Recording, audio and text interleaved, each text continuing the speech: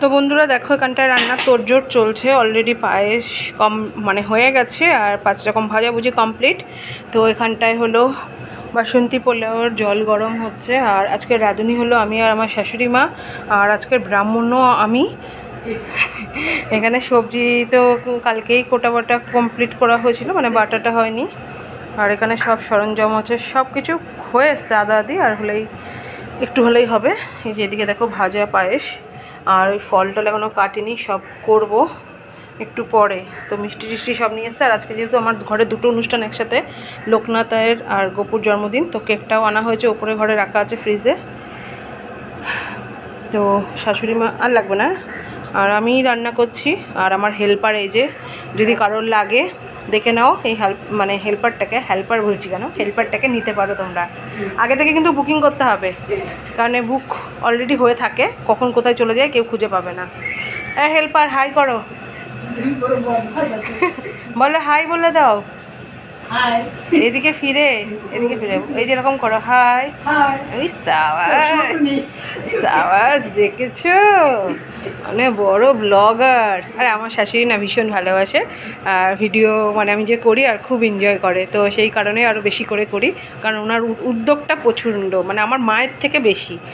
আমার মা অতটা পছন্দ করে না, লজ্জা পায়, কিন্তু আমার শাশুড়ি মা একদম স্পার্ট। দেখেছো কি সুন্দর হাই সুর দিয়ে বললো, পুরো একটা 16 বছরের মেয়ের মতন লাগলো না? তো চলো রান্না করিনি। আর দেখো পায়েস করতে গিয়ে কতটা দুধ উতলে গেছে, তার জন্য যে কত ঝাড়ন খেলাম তোমাদের দাদা ভাইয়ের কাছে। তো বন্ধুরা দেখো এখানে আমার গোপু সোনা আর লোকনাথ দুজনের অনুষ্ঠানটাই একসাথে আমি করেছি।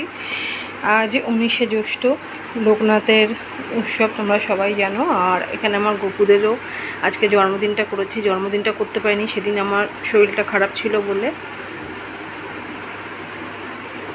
তো যতটুকু পেরেছি আয়োজন করে দিয়েছি, যেন সামনের বছর আরেকটু বড় করে করতে পারি। ইচ্ছা তো করে, কিন্তু কি করব, ও একা হাতে সামলে উঠতে পারি না। আর ওখানটায় সবাইকে প্রসাদ দেওয়ার জন্য খিচুড়ি, ওখানে পায়েস, আর এখানে বাসন্তী পোলাও সব রয়েছে, ফল টল তো সবই আছে। সবাই আসবে তখন কেটে কেটে দেবো। আর এখনও অবধি কিন্তু নির্জলা উপোসে, এক ফোঁটা জল দিইনি। এবার একটু জল খাবো, আর পারছি না, খুব কষ্ট হচ্ছে, 2বার স্নান করে নিয়েছি। তো গোপুর সন্ধ্যেবেলা বার্থডে কেক কাটা হয়ে গেল। আর এটা গোপুর পাপা সিলেক্ট করেছে, মানে কেকটা পছন্দ করেছে, তো খুব সুন্দর দেখো। তো গোপু সোনাদেরকেও খাইয়ে দিয়েছি, তার ভাই, দাদা, দিদি প্লাস তার পাপাকেও দিয়েছি। আমি এখন মুখে নিই, পরে নেব। আর এখন মানে কিছু লোক চলে এসছে, প্রসাদ নেওয়া হয়েছে, আর এক এক করে সব আসবে। তো এখন এখানে ফল কিছু কেটে রাখবো, কারণ সবাই এক এক করে চলে আসবে। তো চলো ফলগুলো কাটা যাক। আর তোমরাও গোপুক সোনাকে উইশ করে দিও বার্থডের। তো বন্ধুরা আমার পুজোটা খুব সুন্দরভাবে হয়েছে, তোমাদের ভালোবাসা আশীর্বাদ, বড়দের বিশেষ করে আশীর্বাদে আর সাকসেস হয়েছে। আর খুব ভালো লেগেছে যে আমার একটুও তো কম পড়েনি। আর আমার বাড়িতে আজ পর্যন্ত যে কটা অনুষ্ঠান রেখেছি, ছেলের জন্মদিন, আমাদের বা আমার ঠাকুরের, মানে গোপুসোনা, এদের কোনোটাতে কোনো দিন কোনো কিছুতে কম পড়েনি। আর আমার এটাও ভালো লেগেছে। তো আজকে হলো দ্বিতীয় দিনের ব্লগ, কালকের ব্লগটা আর কন্টিনিউ করিনি, এটা পরের দিনে করছি। আর কারণ হচ্ছে তোমরা জানো বাড়িতে একটা পুজো থাকলে কত, মানে একা হাতে করলে কত কিছু খাটতে লাগে, আর আয়োজনও কম ছিল না। আর আমার সবথেকে ভালো লেগেছে এবছর আমার পুজোতে আমার প্রতিটা দিদি এসেছে, প্রতিটা দিদি, আমার জ্যাঠতো তো, আমার নিজের, আমার পিসি তো, সবাই প্রেজেন্ট ছিল। আর সবাই মিলে মিশে হই হুল্লোড় করে আনন্দ করে খাওয়া দাওয়া করেছি, ভাই বোন, মানে দিদি বৌদি সবাই মিলে খুব ভালো লেগেছে, দিদির ছেলেটা সবাই মিলে।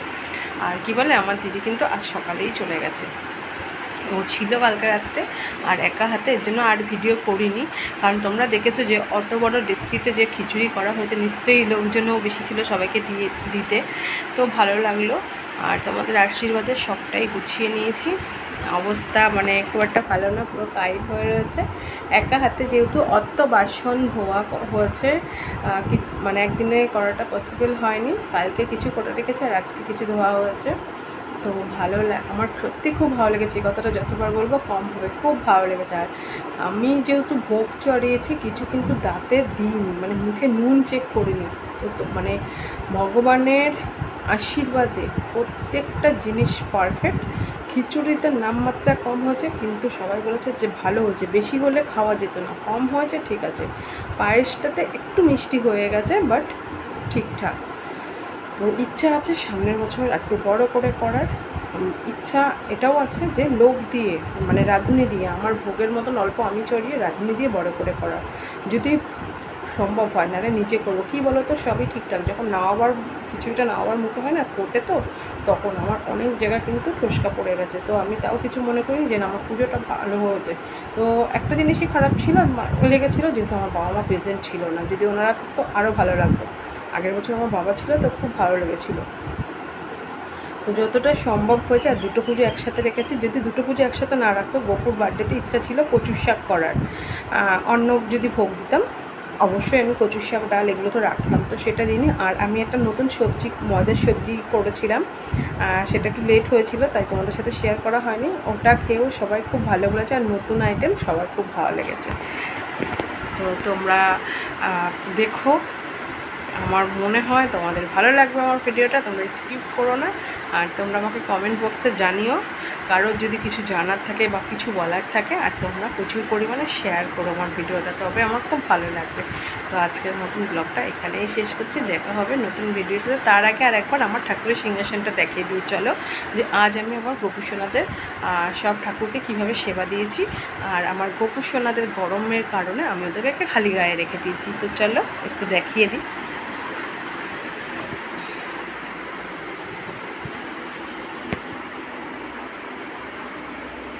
তো এইখানে আমার এই যে গোপীসোনা সবাইকে দেখো, আর গরমের কারণে ওদেরকে একটু খালি গায়ে রেখেছি।